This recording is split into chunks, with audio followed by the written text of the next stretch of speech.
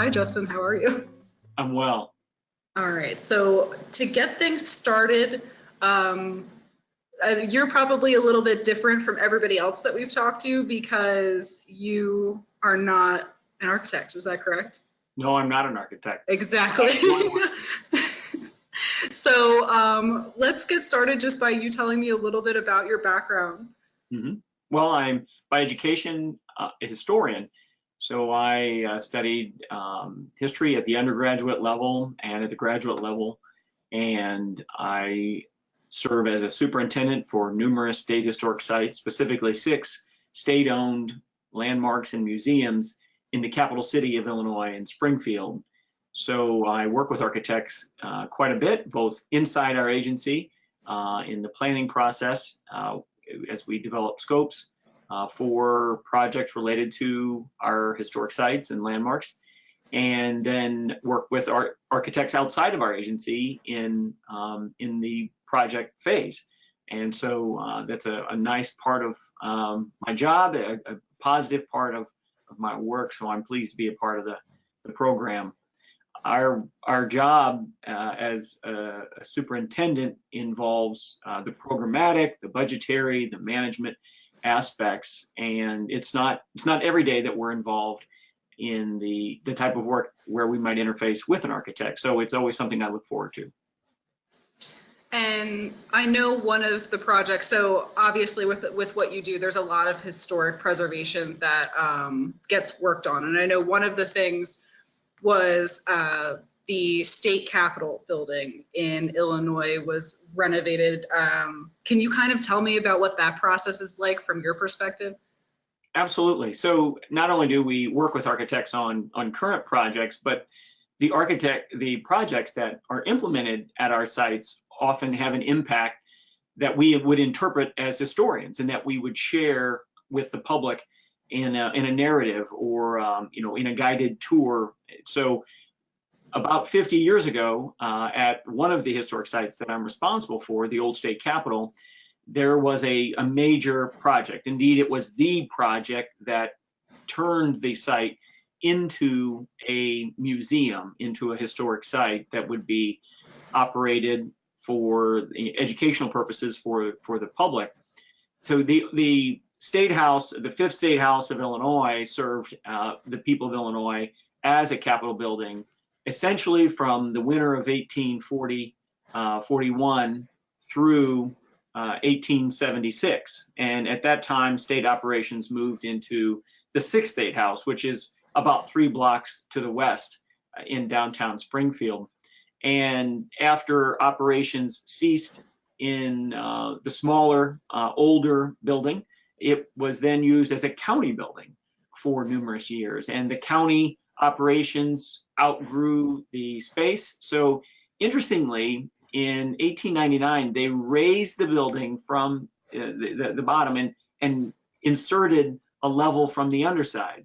And so they took a 2-story Greek Revival building and turned it into a 3-story building on the downtown square. So the building that had been the heart of the capital city was now transformed into a county building, and then its usefulness was extended by almost another 70 years by the addition of this level from the ground up. So the building that Lincoln had worked in during his legislative career, the building where he had tried numerous Supreme Court cases, the building where he gave his most famous pre-presidential address, became a county building for quite a long time, much longer than it had ever served as a state house. Then in the middle of the 20th century, there was great interest in finding a way to reconnect the capital city to its Lincoln-related history.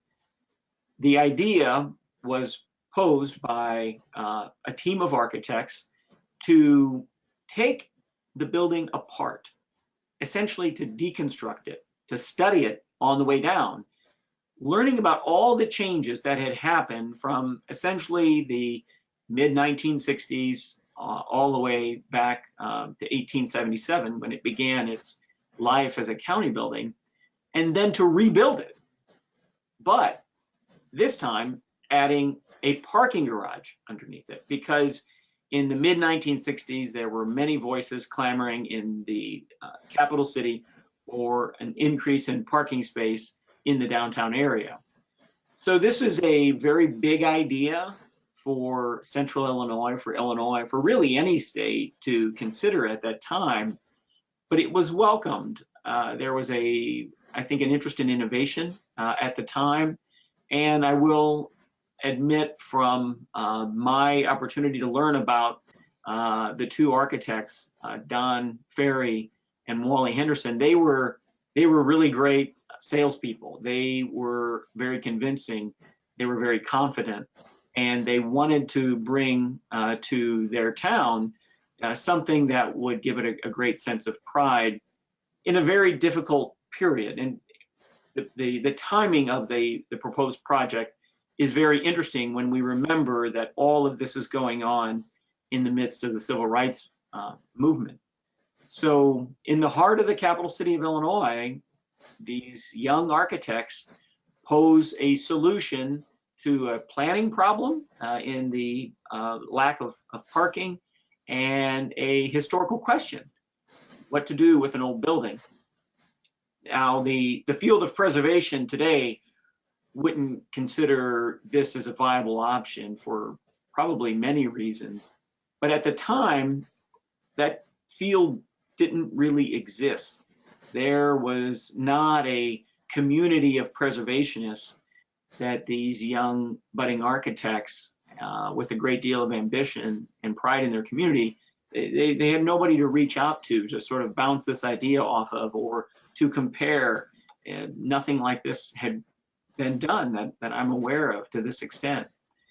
So they implemented the project, essentially beginning to take the county building at that time apart, beginning in the late winter of 1966. And over the course of several years, studying it as they took it down, storing the exterior dolomite shell of the building at a nearby fairgrounds, and then reconstructing the building based on what they learned, and then bringing those stones back and reapplying them to the building, and essentially recreating the State House of Abraham Lincoln's time.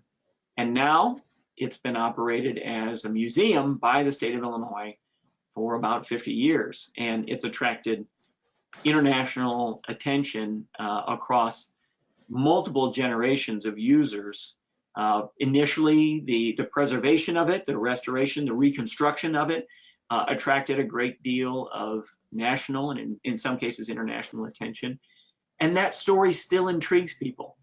Our guests on a daily basis are still caught in a bit of wonder when they learn that the almost immaculate reconstruction of this historic site is what they're experiencing, that it's not the original. So they did a great job. They did a very convincing job of bringing back the State House of Abraham Lincoln's time.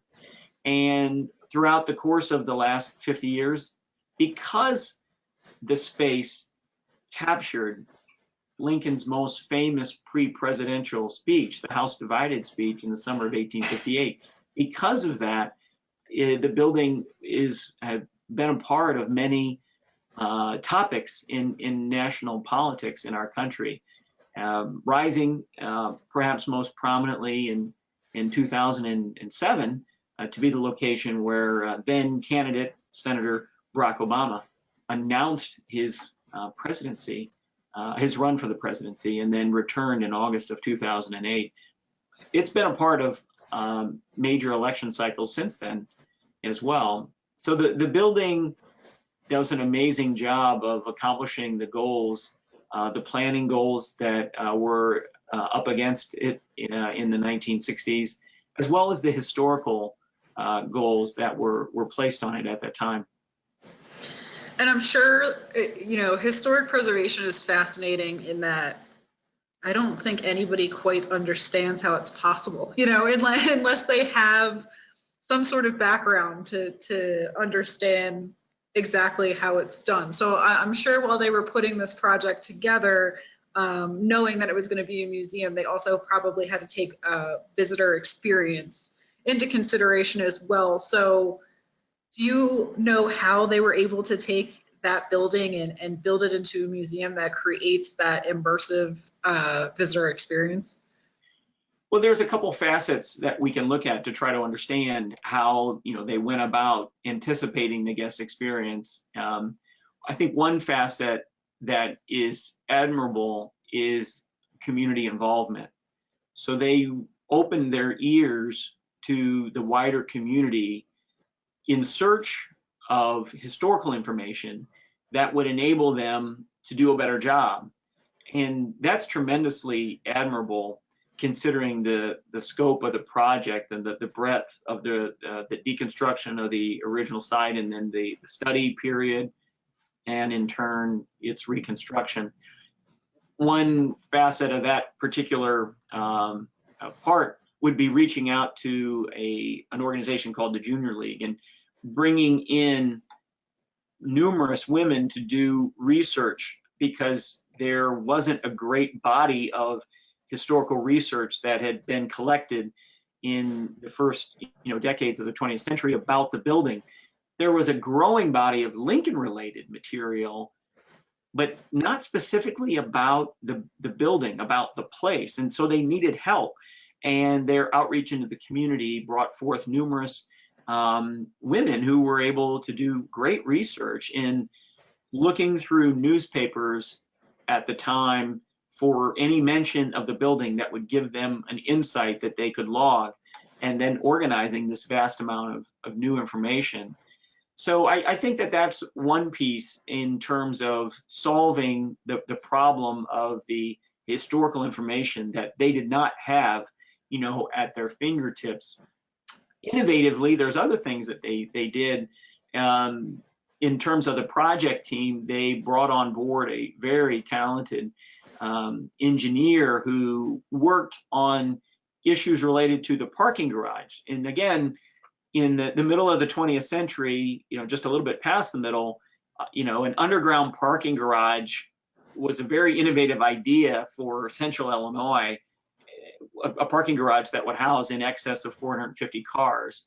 And then on top of that would be a lawn that was intended to look like the lawn of the State House, of this state building, and serve as a visitor area in that regard. So it's a very interesting idea, and they gave that idea, or that question rather, to an engineer, and came up with a design for the garage that included a hyperbolic paraboloid, and that enabled the garage to hold larger pockets of soil that would allow for a healthy lawn to be placed above it.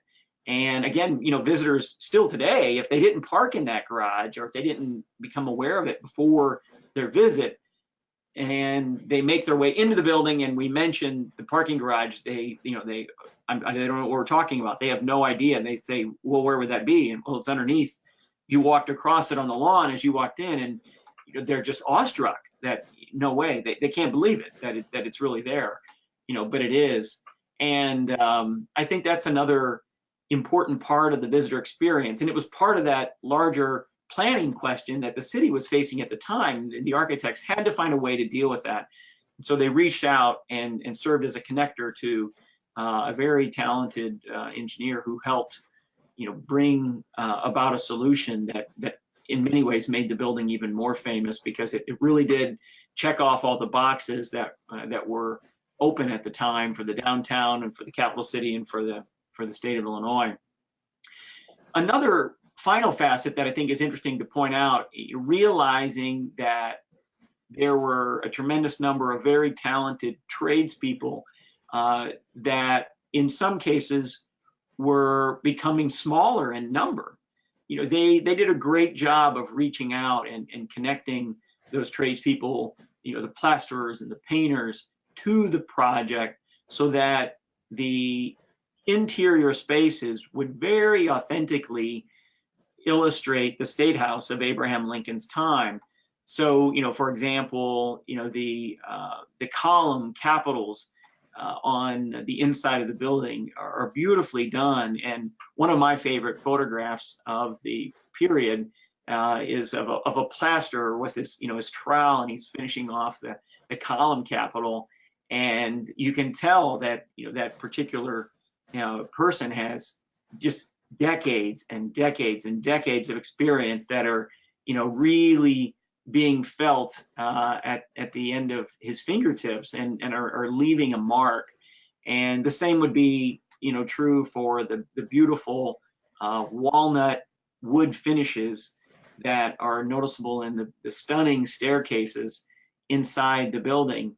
So I really compliment the architects at the time for venturing into a field that was vaguely defined at the time, and finding ways to reach out and make the community part of the process, especially, by reaching out to the women who were members of the Junior League organization, reaching out and finding the engineers who would be their equal partners and who would find a way to bring as much innovation into the design of a parking garage as they were bringing into the reconstruction of the historic structure. And then also by reaching out and bringing in the tradespeople who would do a phenomenal job and bring a level of authenticity to the reconstruction that I think really surpassed everyone's expectations, and still today make a dramatic impact on people every time the door is opened. And I'm glad you bring up that there are so many people who are involved in a project like this, the architects, the engineers, sculptor, builder, most projects have this team within it. So when you're doing a historical preservation type project, is there often a historian who's involved in overseeing the work as well? Well, I've enjoyed playing that role of the projects that I've been on, and I think the team environment that you mentioned, through which architects are often charged with assembling, is honestly is one of the most rewarding, if not the most rewarding part of our work. And even at the end of a project, we're able to, look across the table, look around the meeting room, when we're in the final stages, or in some cases, celebrating the achievement. And it's that team interaction with the architects, engineers, the community members that I think is one of the greatest rewards. And so I've enjoyed, playing that role on numerous projects. And then in regard to this historic project that we're talking about, this reconstruction from approximately 50 years ago, we enjoy playing the part of historian, and being able to tell that story and continuously learning more about it. I mean, just within the last 6 months, we were able to acquire pieces from the reconstruction that were still in our community that had not been donated back to us yet. And so that's very fun, because you really can't ever count a project over. You never know when there's going to be a ripple effect in the community where it resurfaces in some way, or when someone's going to ask you a question, well, what was that like? Because there are tremendous lessons in leadership and in teamwork, as well as in project management, that can come out of all of these experiences that architects and historians and engineers and all the different types of collaborators have the opportunity to be involved in. And I certainly, if you run into audience members who are working on these kinds of things, and if they don't have a historian, I think it's a great way to add context to the project. So I certainly would encourage it if it's not something that is part of someone's process. But for the line of work that we're in, I'm thankful that it's I wouldn't say it's a requirement maybe, but I guess it sort of is a requirement, or maybe an unwritten rule, if not a written one. And so you talking about the old state capitol, it's interesting because it seems like there's a meld between what is old and what you're trying to preserve, as well as what is basically going to become new construction. So in your role, do you also have a little bit of say in what's the new construction to keep the older stuff preserved? Oh, absolutely. And, we work very hard to stay true to the reconstruction, what we would now consider the old, from from the reconstruction in the late 1960s. We worked very hard to stay true to that, and I think the only way we would really interfere with that is if we thought there was something we could go back and maybe make better. But we still have to go through a process, comparing anything we would think of, across standards, so that we make sure that that we're not violating that in any way, and that we're not in some way making something worse. And the golden rule for us would be to never do anything that we can't undo, and that guides our visioning. But in terms of the actual process of implementing something, we would run that across preservation standards to make sure that that we're staying true to our own mission, and that while activities that may go on in the building certainly can reach a broader perspective and do than maybe what might have been initially envisioned. And I'm thinking of maybe we host a concert in here that is in some ways just light years ahead of what the architects might have envisioned being in the building. They might have envisioned more of a purist sort of reconstruction of 1858, and what would have been the climate in the building, and in terms of politics, and the way that tours would have been presented at the time. I think we really do try to programmatically cross boundaries and reach new goals and be very, very innovative. But in terms of the structure, we stay as true to that as we can. One example would be accessibility. There simply weren't accessibility standards at the time that we want to reach now. And so that's an example that we're in the process of working on. How can we continue to go back and make the building as accessible as possible so that everyone can enjoy it? And that's an important example where I think what might have been done at the time absolutely has to be reconsidered in line with preservation standards. Yeah, that's an excellent point. It is really funny to think about that. Even 100 years ago, accessibility wasn't a concern. It was not taken into consideration when projects were put together. So it's interesting to hear that you have to find a balance. It's not new construction, old construction. It's taking the pieces and melding them together into something that just works. It's a conversation, absolutely. And the architects that we work with inside our agency, as well as the architects that we work with that are in private practice, they're an important part of that conversation, and helping to guide the whole team that's considering any question to the best possible destination. And so you have a bunch of different projects that you oversee, a bunch of different sites. And one thing that I find interesting is Abraham Lincoln's tomb is one of them. So in total, we're responsible for the Old State Capitol, a couple of important house museums, one of which is a Frank Lloyd Wright structure, and then several monuments, 4 of which relate to veterans that are very, very near and dear to us. And then at the Lincoln Tomb, that is a monument and the final resting place of Abraham Lincoln, his wife, and 3 of their 4 sons. But it's it also has another role, really. So it is a place that people can go in and visit, but it's also in other ways a monument. It's a site and a monument, and at times in its history had also had a small museum in it. And that's not a part of the experience at this time. Near the Lincoln Tomb is a vault that recently, I think it was 3.5 to 4 years ago. This is the original receiving vault in which Lincoln's body rested for approximately 7.5 months in 1865, and that is located at the bottom of a hill on which the larger tomb sits.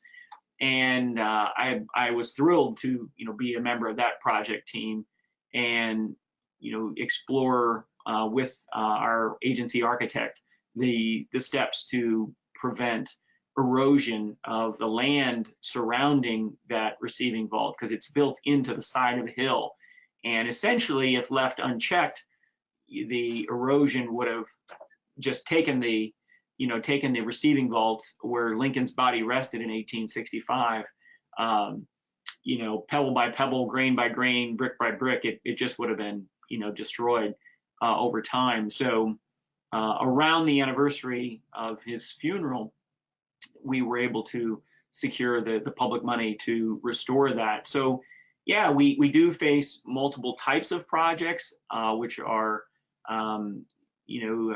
provide for a variety of experiences and give us the opportunity to even consider more layers of that visitor experience, of the preservation experience, and more opportunities to work with architects to figure out tough questions that are facing these structures and sites. I could talk about this all day because I find it so fascinating. So, like I'm saying, that this is something that I think a lot of people don't quite understand, and I find it fascinating to hear from somebody else who is a member of this team and kind of gives a different perspective about it. So, with that being said, is there anything that you think is important for the general public or anyone to know about this particular topic? Well, I think it's something that a viewer of the program, might not initially see how this is something that's relevant if they're not currently involved in preservation. But these topics come up if we listen in each of our communities, because eventually someone's going to come across something that that needs to be preserved, or that a discussion around preservation will surface upon. And it's just important, I think, to support the architects in the community, and to know that preservation creates jobs, it creates economies, and it's so much more than an emotional response to a structure. It really is a vibrant field that is filled with many different facets of stakeholders that can provide rich and rewarding and lasting experiences that help identify an identity for a community. And so that's a very powerful, I think, opportunity for people to consider. And it's really fantastic. I think that architects are the group of people who are so often prepared or charged with helping to unlock, some of these exciting opportunities in communities throughout our country. So I hope people, maybe have a more open mind if they have a predisposed idea about preservation, or maybe interested in taking something down, and work with architects to let the process play out and get into the facets that surround it and rethink it. Because for the capital city of Springfield, again, it's not only a point of pride, it's not only a part of an education that we think is important because it relates to arguably our greatest president, but it's also a very much an important part of the state economy, not even the city, but the state and national economy in terms of tourism. And that's a very important motivator when we learn more about it, and how preservation, it plays importantly into so many different facets of everyday life. Yeah, I think that's probably the most important takeaway too, is that historic preservation isn't just an emotional response to something. It is, these buildings are pillars within their community, and there's so much history that goes into them that I think that's something people need to truly understand, is that these buildings mean so much to the community, to the nation, have so much to say about them. And then people, or the fact that we are able to take those buildings and keep them, and not just our generation today, but 100 years down the line, people will still be able to go to this old state capitol building and see it for what it was when it first existed.